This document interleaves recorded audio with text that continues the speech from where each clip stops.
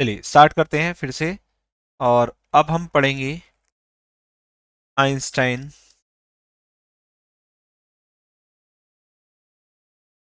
Photo electric equation. Einstein photo electric equation. देखिए, बहुत ध्यान से सुनना। पहले मैं कंसेप्ट क्लियर करता हूं, तब मैं आगे बढ़ूंगा। अभी तक हम ये बोल रहे थे कि हम एक रेडिएशन को मेटल सरफेस पर इंसिडेंट करा रहे हैं और फिर आपका इलेक्ट्रॉन एमिट हो रहा है। ठीक है।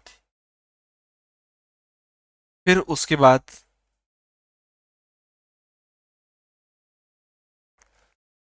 बाद हमने बात करी किस चीज की। सर, जो आपने नोट सेंड किए थे उसमें कौन से पेज नंबर पर है ये? एक्चुअली सर, ये होगा पेज नंबर आई थिंक 7 पर। पेज नंबर 7 पर होगा ये बेटा। ठीक है। चलिए, आप समझिए, पर ध्यान से समझ लीजिए, कंसेप्ट समझ लीजिए, फिर आपको नोट से बाद में पढ़ लेना। वैसे तो आपको यही याद होने वाला है अभी।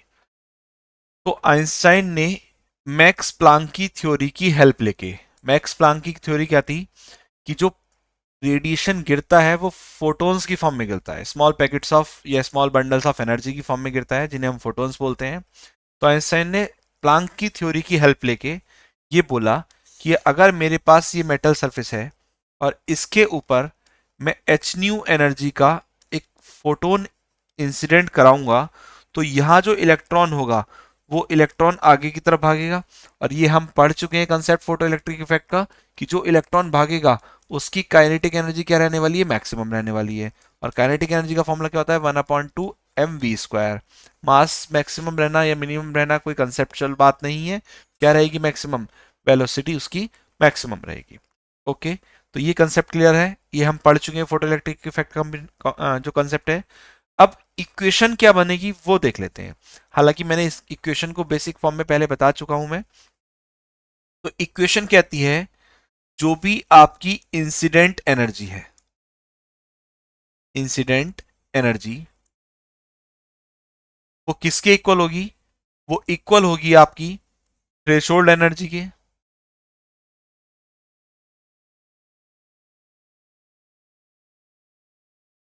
Energy plus kinetic energy maximum की। ठीक है। इस थ्रेशोल्ड एनर्जी को ही हम वर्क फंक्शन भी बोल देते थे। तो इंसिडेंट एनर्जी हमारी कितनी? H new.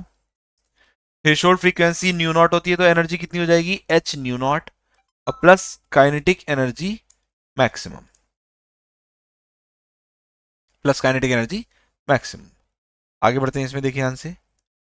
तो अगर मैं इसे थोड़ा सा सॉल्व करूं, तो यहां से मैं काइनेटिक एनर्जी मैक्सिमम की वैल्यू निकालूंगा।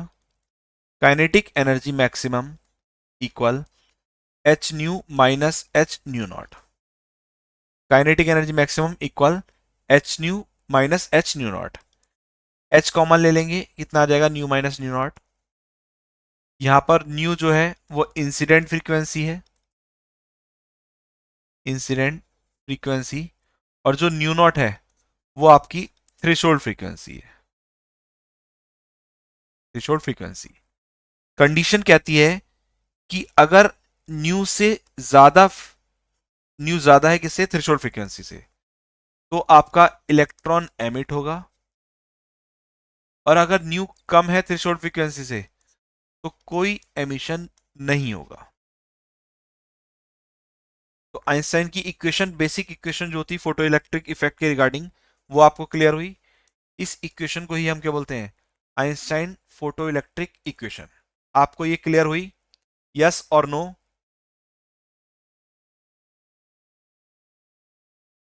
हाँ, वर्क फंक्शन का क्या रोल है इसमें, मैं आपको क्लियर कर देता हूं। देखिए ध्यान से, आपका क्वेश्चन है वर्क फंक्शन का क्या रोल है। देखिए ध्यान से, आप खुद सोचिए। इलेक्ट्रॉन मेटल सरफेस के नीचे है, तो मेटल की सरफेस तक आने के लिए भी उसे एनर्जी रिक्वायर हुई होगी। और जिस मिनिमम एनर्जी को जो मेटल की सरफेस तक आए या उसे जस्ट एस्केप कर दे, उसे ही हम वर्क फंक्शन बोल रहे थे। और वही थ्रेशोल्ड फ्रीक्वेंसी भी थी। तो अब आपको आई थिंक रोल क्लियर हो गया होगा। वर्क फंक्शन का रोल क्या है यहाँ पर? हेमंत, आपको क्लियर है?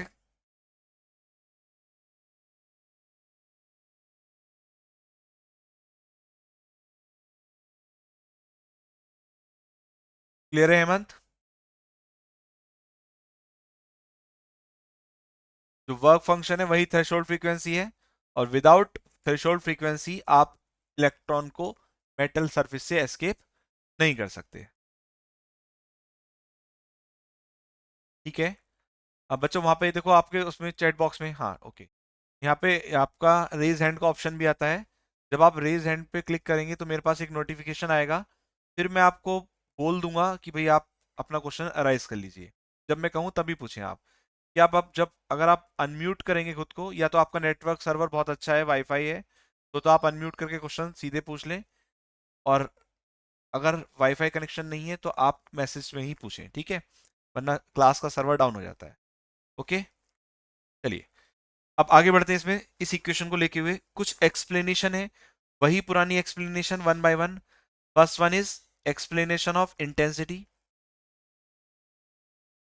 First one is explanation of effect of intensity. ये सीधे सीधे आपको कंसेप्ट क्लियर है कि जैसे जैसे इंटेंसिटी बढ़ेगी नंबर ऑफ फोटो इलेक्ट्रॉन्स बढ़ेंगे, और आपकी फोटो इलेक्ट्रिक करंट भी बढ़ेगी। ठीक। अब ये बात तो हम पढ़ चुके हैं, तो आइंस्टाइन का यहां पर क्या रोल रहा? तो आइंस्टाइन का रोल ये रहा कि जैसे जैसे अ सिंगल फोटोन इंसिडेंट होगा, जैसे ही एक सिंगल फोटोन इंसिडेंट होगा, उसके रेस्पेक्ट में सिंगल इलेक्ट्रॉन एमिट हो जाएगा। That means one two one process, एक फोटोन गिरेगा एक इलेक्ट्रॉन निकलेगा, एक फोटोन गिरेगा एक इलेक्ट्रॉन निकलेगा। तो आइंस्टाइन ने इस थ्योरी को और बता दिया। तो आप जितने ज्यादा फोटॉन्स को गिराएंगे, जितनी ज्यादा इंटेंसिटी का रेडिएशन इंसिडेंट कराएंगे, उतने ज्यादा नंबर ऑफ फोटॉन्स उस पर इंसिडेंट होंगे, और जितने ज्यादा नंबर ऑफ फोटॉन्स इंसिडेंट होंगे, उतने ज्यादा number of photo electrons emit होंगे, और जितने ज्यादा number of photo electrons emit होंगे, उतनी ज्यादा फोटो इलेक्ट्रिक करंट एग्जिस्ट करेगी। पहला कंसेप्ट क्लियर हुआ सबको? फर्स्ट कंसेप्ट क्लियर है? यस, ओके, ठीक है। नाउ सेकंड है आपका, second, effect of threshold frequency.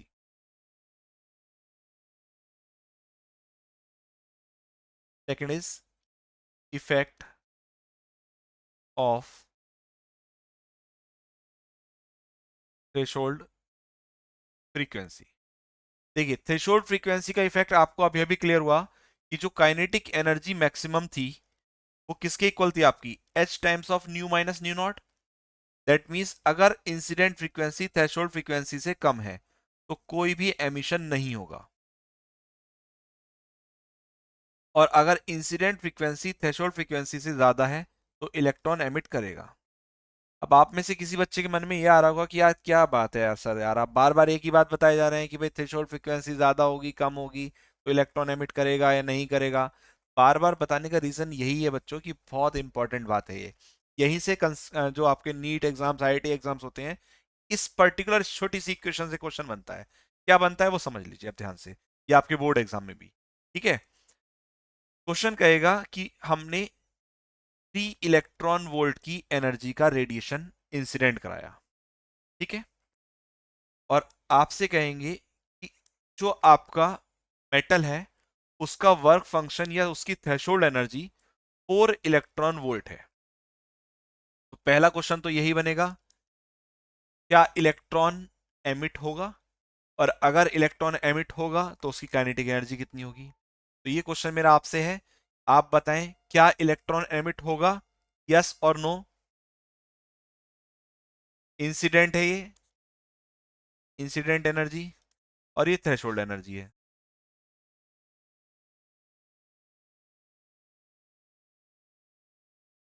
बताएं क्या इलेक्ट्रॉन एमिट होगा, नो। ओके, बाकी बच्चे बताएं क्या इलेक्ट्रॉन एमिट होगा, no. Okay, no, very good. चलिए ध्यान से, अब क्यों नहीं होगा उसका रीजन भी बता दे जरा मुझे जल्दी से। इलेक्ट्रॉन एमिट क्यों नहीं होगा? रीजन इज दैट, हाँ, गुड, वेरी गुड। लेकिन हिम्मत थोड़ा सा इसे थोड़ा सा मॉडिफाइड करना है क्योंकि मैंने एनर्जी गिवन कर रखी है। तो आपको यही बोलना है कि भाई जो इंसिडेंट एनर्जी है वो किससे कम है, थ्रेशोल्ड एनर्जी से कम है। ठीक है, तो पहला का फर्स्ट टाइप क्वेश्चन क्लियर हुआ। Second type question, second question कहता है कि मुझे इलेक्ट्रॉन को एमिट कराना है, बताइए मुझे कितनी एनर्जी रिक्वायर्ड है, एनर्जी रिक्वायर्ड कितना है।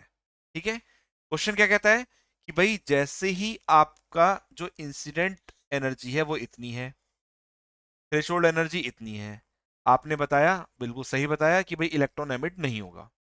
अब मैं कह रहा हूं कि भाई मुझे तो इलेक्ट्रॉन एमिट कराना है, आप तो मुझे ये बताओ कि एनर्जी कितनी और देनी पड़ेगी। तो एनर्जी रिक्वायर्ड निकालनी है, तो कोई बताएगा कितनी एनर्जी की रिक्वायरमेंट होगी, बोलिए जल्दी से। ये क्वेश्चन पूछा गया है कंपटीशन में, हाउ मच एनर्जी रिक्वायर्ड, बस एनर्जी की वैल्यू गिवन डिफरेंट थी। आ, एक आंसर आता है 4 इलेक्ट्रॉन वोल्ट, चेक करते हैं। हाँ, आपका आंसर आपके नजरिए से तो सही है, लेकिन वो तो उसकी थ्रेशोल्ड फ्रीक्वेंसी गिवन है। चलिए मैं बता देता हूं, देखिए। तो अगर मैं इस पर्टिकुलर केस के लिए काइनेटिक एनर्जी मैक्सिमम निकालूं तो वो आएगी 3 - 4, right, that is -1 electron volt. ये आएगी मेरी kinetic energy maximum. Kinetic energy negative हो ही नहीं सकती। ठीक है, ये हम पहले भी डिस्कस कर चुके हैं, because kinetic energy equal to 1/2 mv²। अगर मास किसी बॉडी का निगेटिव होता ही नहीं है, 1/2 इज अ कांस्टेंट, बची वेलोसिटी, अगर वो निगेटिव है भी बाई चांस तो उसका स्क्वायर उसे पॉजिटिव कर देगा। That means to eject a electron in this condition we should give at least +1 electron volt energy extra. ठीक है, कम से कम 1 इलेक्ट्रॉन वोल्ट तो और देना पड़ेगा, जो काइनेटिक एनर्जी को न्यूट्रल कर देगा। इस सिचुएशन में अगर आप 1 इलेक्ट्रॉन वोल्ट देते हैं तो वो इलेक्ट्रॉन सरफेस से निकलेगा और यहीं रुक जाएगा, सरफेस से एमिट होगा और यहीं पर ही रुक जाएगा। अगर आप ग्रेटर देन 1 इलेक्ट्रॉन वोल्ट दे देते हैं, इसे greater than 1 electron volt energy देते हैं, तो वो इलेक्ट्रॉन आगे की तरफ मैक्सिमम काइनेटिक एनर्जी से मूव कर जाएगा। कंसेप्ट क्लियर हुआ, बोलिए जल्दी से, जल्दी बताएं, कंसेप्ट क्लियर है। तो जब भी ऐसा केस बने तो आप ध्यान रखें, आप काइनेटिक एनर्जी मैक्सिमम निकालें, जो भी निगेटिव वैल्यू आएगी उतनी ही पॉजिटिव वैल्यू या उससे ज्यादा वैल्यू गिवन प्रोवाइड कराने पर आपको आपका जो इलेक्ट्रॉन होगा वो एमिट हो जाएगा। ठीक है, चलिए, अब दो एक्सप्लेनेशन हो गई हमारी, इंटेंसिटी की एक्सप्लेनेशन हो गई, थ्रेशोल्ड फ्रीक्वेंसी की एक्सप्लेनेशन हो गई। अब मैं बात करता हूं किसकी, explanation of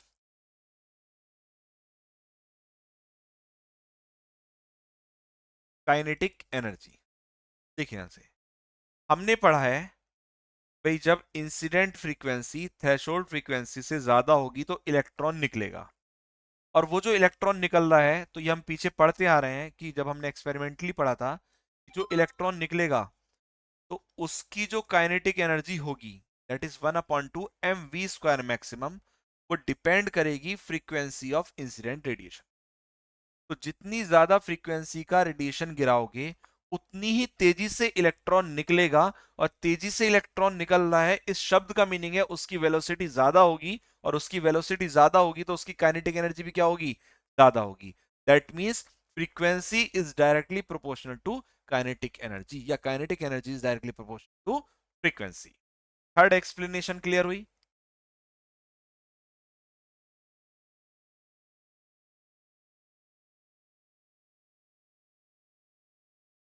third explanation clear हुई आपको, यस और नो, यस, वेरी गुड। चलिए, अब आगे बढ़ते हैं। देखिए, फ्रीक्वेंसी पर डिपेंडेंसी है तो किससे इंडिपेंडेंट थी काइनेटिक एनर्जी, जल्दी से बताएं मुझे, जल्दी से बताएं, काइनेटिक एनर्जी किससे इंडिपेंडेंट है, किससे इंडिपेंडेंट है काइनेटिक एनर्जी, जल्दी से बताएं, फ्रीक्वेंसी पे तो डिपेंड कर गई है, तो किससे इंडिपेंडेंट है, जल्दी से लिखिए।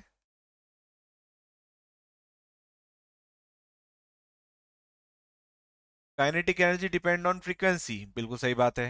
Kinetic kinetic energy independent from which quantity,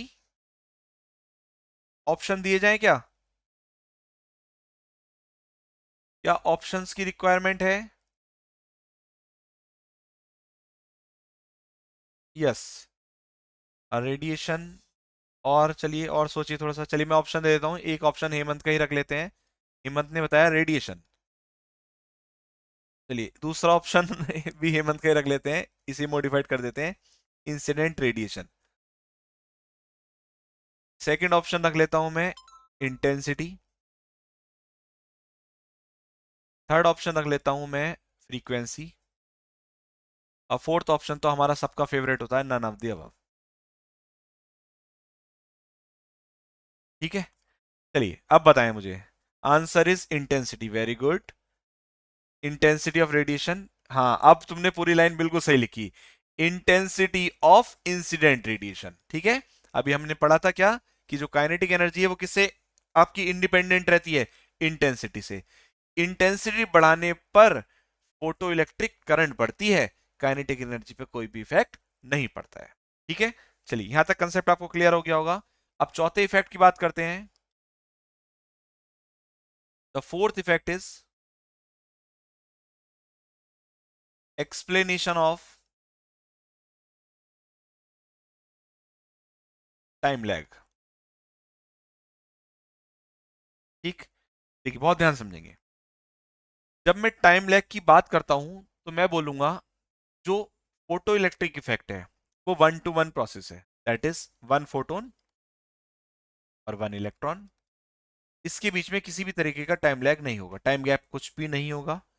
इसके अलावा जब एक इलेक्ट्रॉन एक फोटोन से कोलाइड करता है, सॉरी, जब एक फोटोन एक इलेक्ट्रॉन से कोलाइड करता है, तो वहां पर उस सिचुएशन में टोटल एनर्जी और टोटल मोमेंटम कंजर्व रहते हैं। टोटल एनर्जी और टोटल मोमेंटम क्या रहते हैं, कंजर्व रहते हैं। और मैं बोल रहा हूं अगर टोटल एनर्जी और टोटल मोमेंटम कंजर्व है, तो इस लाइन का मतलब ये है कि वो जो कोलिजन हो रहा है इनके बीच में, वो इलास्टिक कोलिजन हो रहा है। कैसा कोलिजन हो रहा है, इलास्टिक कोलिजन हो रहा है। तो आपने डेफिनेशन क्लास 11th में पढ़ी होगी, इलास्टिक कोलिजन के केस में टोटल एनर्जी और टोटल मोमेंटम कंजर्व रहते हैं। तो आप याद रखेंगे, इंपॉर्टेंट है ऑब्जेक्टिव पर्पज से, कि फोटो इलेक्ट्रिक इफेक्ट में फोटोन और इलेक्ट्रॉन के बीच का कोलिजन किस टाइप का होता है, तो वो इलास्टिक कोलिजन होता है, जिसमें टोटल एनर्जी और टोटल मोमेंटम क्या रहते हैं आपके, कंजर्व रहते हैं। सारी चीज कंजर्व है, सिंगल फोटोन के इंसिडेंट पर सिंगल इलेक्ट्रॉन निकल रहा है, तो ये किसकी एक्सप्लेनेशन हो गई आपकी, टाइम लैग की। कोई दिक्कत? ठीक है। वेव थ्योरी के केस में क्या हो रहा था, वो रेडिएशन आ रहा था, उसे एब्जॉर्व कर रही थी मेटल सरफेस, फिर एमिट कर रही थी। लेकिन फोटो इलेक्ट्रिक इफेक्ट ने क्या सिखाया, कि सिंगल फोटोन इंसिडेंट होते ही सिंगल इलेक्ट्रॉन एमिट हो जाएगा। यहां तक सबको क्लियर है तो यस बोलें, और कोई डाउट है तो पूछे प्लीज। यहां तक सबको क्लियर है तो यस बोलें, कोई डाउट हो तो पूछिए प्लीज।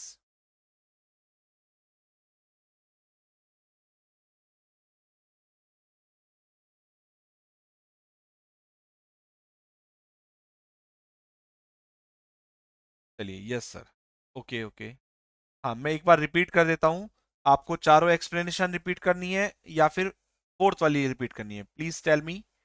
प्रिंस, आप मुझे बताएं कि चारों करनी है केवल फोर्थ वाली करनी है।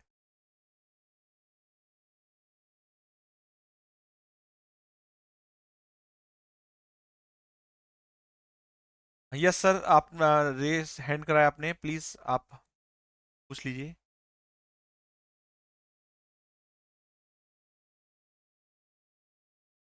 जी सर।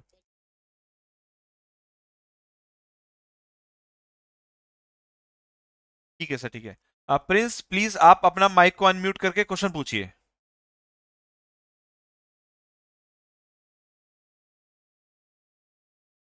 फोर्थ वाला, ठीक है। प्रखर आपको भी एक बार माइक अनम्यूट करके पूछ लीजिए।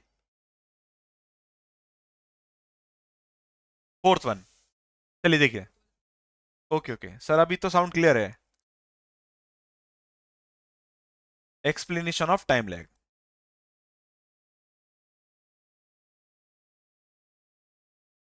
Okay okay okay. Okay sir, okay. चलिए एक्सप्लेनेशन ऑफ टाइम लैग को वन टाइम और डिस्कस करते हैं। अब फोटो इलेक्ट्रिक एमिशन हो रहा है तो उसमें कोलिजन हो रहा है। कोलिजन हो रहा है किस किस के बीच में? फोटोन और इलेक्ट्रॉन के। हाँ ठीक है हेमंत, वही बात है। चलिए पहले समझ लीजिए, मैं आपको क्लियर कर दूंगा। किस किस के बीच में हो रहा है? फोटोन और इलेक्ट्रॉन के बीच में क्या हो रहा है? कोलिजन हो रहा है। और उस प्रोसेस में जो आपकी टोटल एनर्जी है और जो टोटल मोमेंटम है वो क्या रह रहा है? कंजर्व रह रहा है। और जब total energy total momentum conserve है तो वो कोलिजन कैसा है? Elastic collision. अब मेरी बात को बहुत ध्यान से समझना। Total energy total momentum conserve, इसका मतलब किसी भी तरीके की एनर्जी का लॉस नहीं। और एनर्जी का लॉस उसी प्रोसेस में होता है जहां टाइम लगता है। दैट मीन्स यहां क्या कहा जा रहा है आपसे कि आप एक फोटोन गिराएं एक इलेक्ट्रॉन निकल जाएगा, एक फोटोन गिराएं एक इलेक्ट्रॉन निकल जाएगा। सिंगल फोटोन सिंगल इलेक्ट्रॉन का कॉन्सेप्ट आइंस्टाइन ने दिया, किसकी थ्योरी की हेल्प लेके? मैक्स प्लांक की थ्योरी की हेल्प लेके। ठीक है, आगे बढ़ते हैं। अगर मैं ये वेव थ्योरी के रिगार्डिंग बात करूं तो वेव थ्योरी कहती थी ये मेटल सर्फेस, ये रेडिएशन इंसिडेंट होगा, ये इसे एब्जॉर्व करेगा, एब्जॉर्व करके फिर उसके बाद में इसे एमिट करना शुरू कर देगा। ठीक है, तो ये किसकी एक्सप्लेनेशन ली हमने? टाइम लैग की, कि वहां पर कोई भी टाइम लैग एग्जिस्ट नहीं करता, because the collision is elastic collision, there is no loss of energy. और जब एनर्जी का लॉस नहीं है तो कोई टाइम टेकन नहीं हो रहा है। क्लियर है बच्चों? प्रखर एंड प्रिंस, प्रखर एंड प्लीज प्रिंस प्लीज बताएं। आप माइक को अनम्यूट करें, यस और नो बताएं।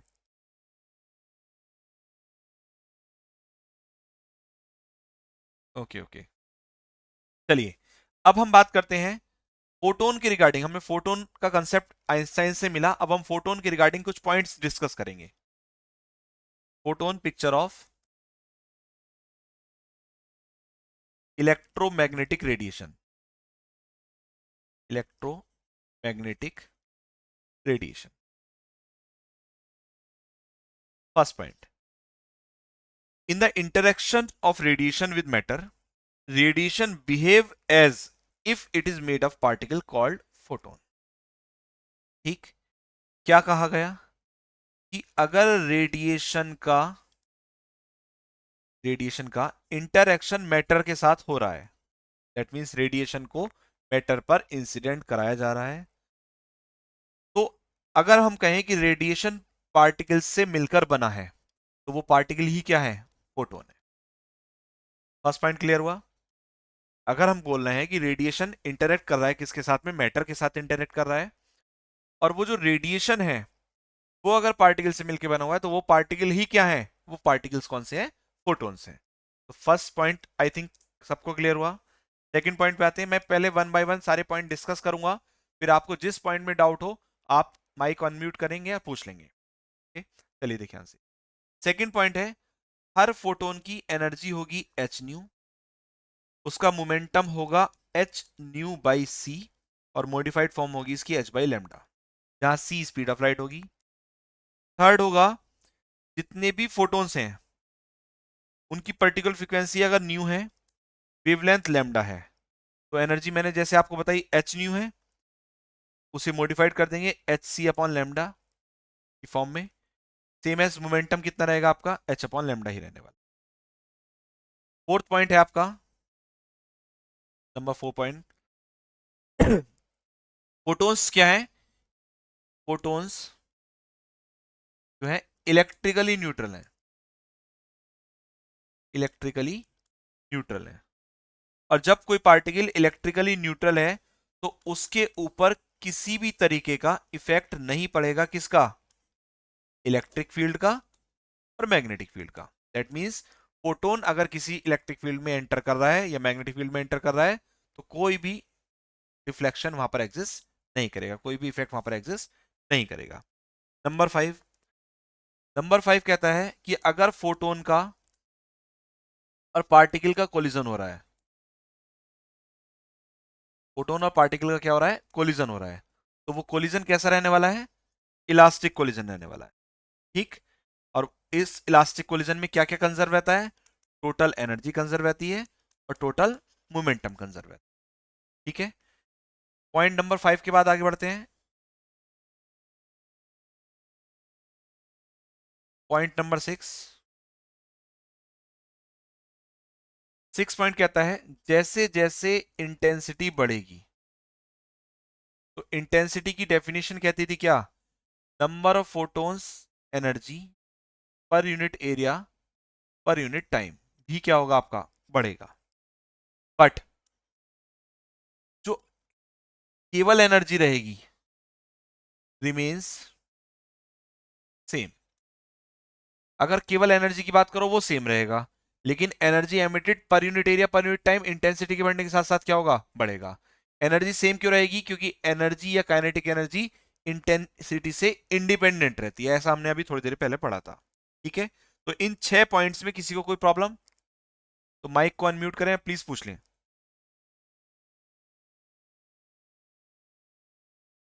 बोलिए जल्दी से।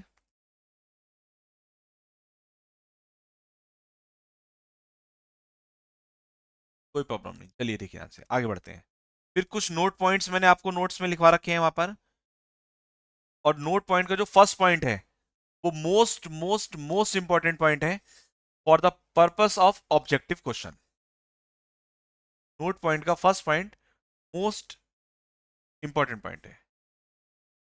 हेमंत प्लीज आप अनम्यूट करके पूछें।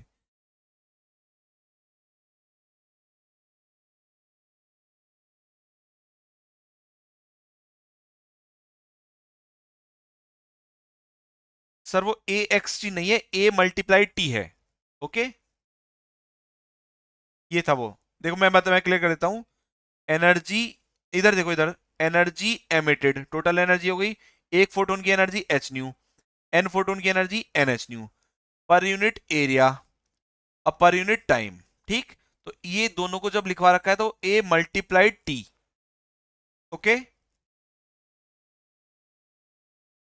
चलिए कुछ नोट पॉइंट थे। नोट पॉइंट का first point most most most important है, और मुझे ऐसी फीलिंग आ रही है कि इस बार के बोर्ड एग्जाम में ये ऑब्जेक्टिव में आएगा। क्या है, मैं लिखवा देता हूं। फ्रीक्वेंसी, इसे मैं स्पेशली लिख देता हूं, of photon does not change as it travels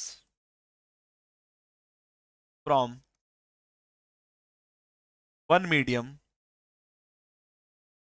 to another, but speed change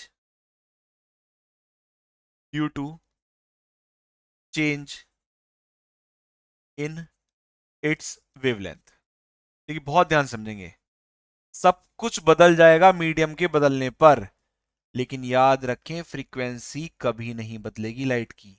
अगर लाइट रेज एक मीडियम से दूसरे मीडियम में, या फोटोन से एक मीडियम से दूसरे मीडियम में ट्रेवल कर रहा है, तो उसकी फ्रीक्वेंसी में कोई भी चेंज रहेगा, कोई भी चेंज नहीं होगा। यही ऑब्जेक्टिव में क्वेश्चन बनता है कि which quantity is constant when a light photons travel from one medium to another medium. Is it clear? Second one is rest mass of photon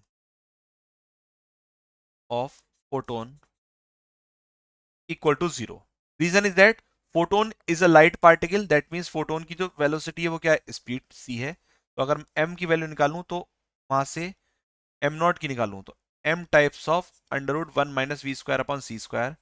जब मैं v की जगह c रखूंगा तो one minus C square upon C square, ये cancel होकर one आएगा, one minus one कितना हो जाएगा, जीरो हो जाएगा। तो जो रेस्ट मास ऑफ फोटोन होता है वो कितना होता है, जीरो। इस मास को रेस्ट मास बोलते हैं, इस मास को बोलते हैं रिलेटिविस्टिक मास, बोलते हैं रिलेटिविस्टिक मास। ठीक है, और नेक्स्ट पॉइंट था वही कि फोटोन की जो एनर्जी होगी वो होगी कितनी, E equal to M C square, या फिर यही किसके इक्वल होगी, एच न्यू के।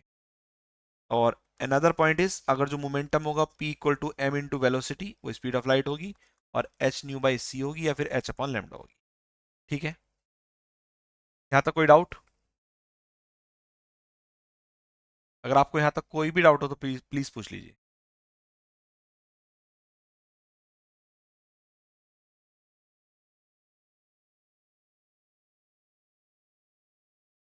ओके, चलिए वेरी गुड। किसी और को कोई डाउट हो तो पूछिए please.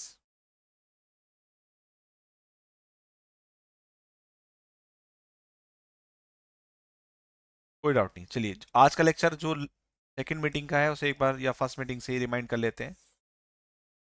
Wait for 1 minute.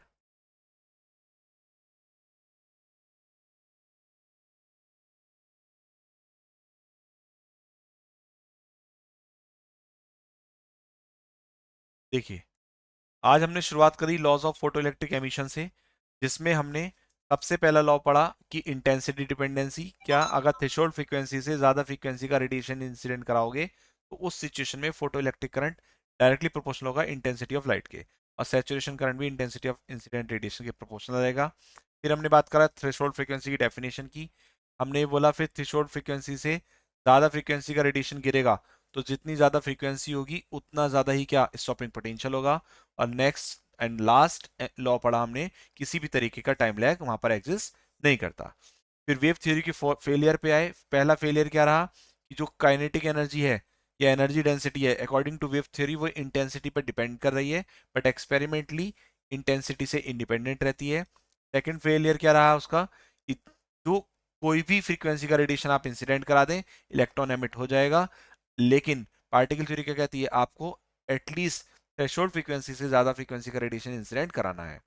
Third रहा, टाइम लैगिंग एग्जिस्ट करती है वेव थ्योरी में, लेकिन एक्सपेरिमेंटली कोई टाइम लैग नहीं होता। फिर आइंस्टाइन फोटो इलेक्ट्रिक इक्वेशन के बारे में हमने जाना, जिसमें हमने सीधे सीधे equation incident energy, threshold energy और काइनेटिक एनर्जी मैक्सिमम में निकाल दी। वहां से एनर्जी निकल के आई kinetic energy maximum h nu minus nu naught. अगर इंसिडेंट फ्रीक्वेंसी थ्रेशोल्ड फ्रीक्वेंसी ज्यादा है तो इलेक्ट्रॉन एमिट होगा, और नहीं है तो इलेक्ट्रॉन एमिट नहीं होगा। इसके बेस पे हमने एक्सप्लेनेशन करी किसकी, इंटेंसिटी की, और वहां से क्या कंसेप्ट मिला कि सिंगल फोटोन ही क्या इंसिडेंट करते ही एक इलेक्ट्रॉन एमिट हो जाएगा। फिर हमने एक्सप्लेनेशन करी थ्रेशोल्ड फ्रीक्वेंसी की। यहां से हमने नई चीज सीखी। मैं गारंटी लेता हूं आपने कहीं पर भी पढ़ रखा हो ये चैप्टर, आपको ये नहीं बताया गया होगा। किसी को पहले से पता था क्या कि अगर इस तरीके का क्वेश्चन बन जाए कि एक्स्ट्रा एनर्जी रिक्वायर्ड होगी तो आप कहाँ से लाएंगे, कितनी लेंगे? किसी को पढ़ रखा था किसी ने पहले से ये?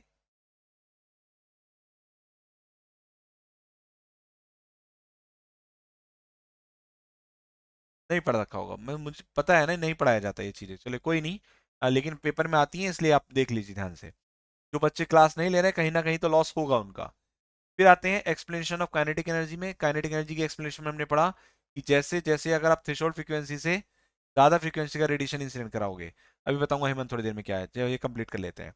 तो उस सिचुएशन में क्या होगा, इलेक्ट्रॉन एमिट होगा, और जो काइनेटिक एनर्जी मैक्सिमम होगी वो फ्रीक्वेंसी पे डिपेंडेंट रहेगी। ठीक है, और किससे इंडिपेंडेंट रहेगी, इंटेंसिटी से इंडिपेंडेंट रहेगी। And the next one is time lagging का कॉन्सेप्ट को पढ़ा, और उसमें हमने ये जाना कि किस तरीके का कोलिजन होता है, यहाँ पर इलास्टिक कोलिजन होता है, टोटल एनर्जी और टोटल मोमेंटम क्या रहते हैं, कंजर्व रहते हैं। फिर उसके बाद हमने पढ़ा photon picture of electromagnetic radiation. उसमें हमने कुछ पॉइंट्स पढ़े कि अगर रेडिएशन मैटर के साथ इंटरेक्ट कर रहा है और रेडिएशन को हम पार्टिकल मान रहे हैं तो वो पार्टिकल क्या है, फोटोन है। दूसरा, एनर्जी एच न्यू होगी, मोमेंटम एच न्यू बाई सी होगा या एच अपॉन लेमडा होगा। जो थर्ड पढ़ा वो equal to S C upon lambda. Fourth, photon electrically neutral होगा, उस पर किसी भी तरीके का इलेक्ट्रिक फील्ड और मैग्नेटिक फील्ड अप्लाई करने पर कोई भी डिफ्लेक्शन नहीं होगा। फोटोन और पार्टिकल कोलिजन कैसा रहेगा, इलास्टिक रहेगा, टोटल एनर्जी और टोटल मोमेंटम क्या रहेंगे, कंजर्व रहेंगे। एंड द लास्ट वन, जैसे जैसे इंटेंसिटी बढ़ेगी, number of sorry incident energy पर unit area per unit time भी क्या होगा, बढ़ेगा, लेकिन ओनली एनर्जी क्या रहेगी, सेम रहने वाली है। ठीक है। फिर हमने कुछ नोट पॉइंट्स पढ़े, जिसमें हमने पढ़ा कि जब लाइट रेज एक मीडियम से दूसरे मीडियम में ट्रेवल करती है तो उस सिचुएशन में क्या होता है आपका, क्या बोलते हैं उसे, फ्रीक्वेंसी अनचेंज रहती है, बाकी सारी चीजें चेंज होती हैं। रेस मास फोटोन जीरो होता है, एनर्जी ये, मोमेंटम ये, कुछ इस तरीके से फॉर्मूले हैं। जो क्या बोलते हैं इसे हेमंत, वो क्वेश्चन था वही वाला कि हमने जो काइनेटिक एनर्जी देखी थी ना, कि जब काइनेटिक एनर्जी निगेटिव आ गई है तो कितनी एनर्जी की रिक्वायरमेंट है, तो उस रिक्वायरमेंट के बारे में कोई नहीं बताता है। ठीक है, कल हम शुरू के 5 मिनट में लेक्चर चैप्टर कंप्लीट करके फिर हम नया चैप्टर एटम स्टार्ट करेंगे। ओके, ठीक है। चलिए अभी इस लेक्चर को यहीं स्टॉप करते हैं।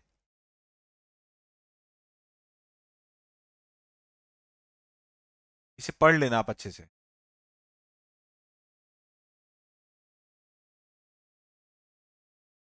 ठीक है बच्चों, कोई डाउट हो तो सर से नंबर ले लीजिए, व्हाट्सअप करके पूछ लीजिए आप।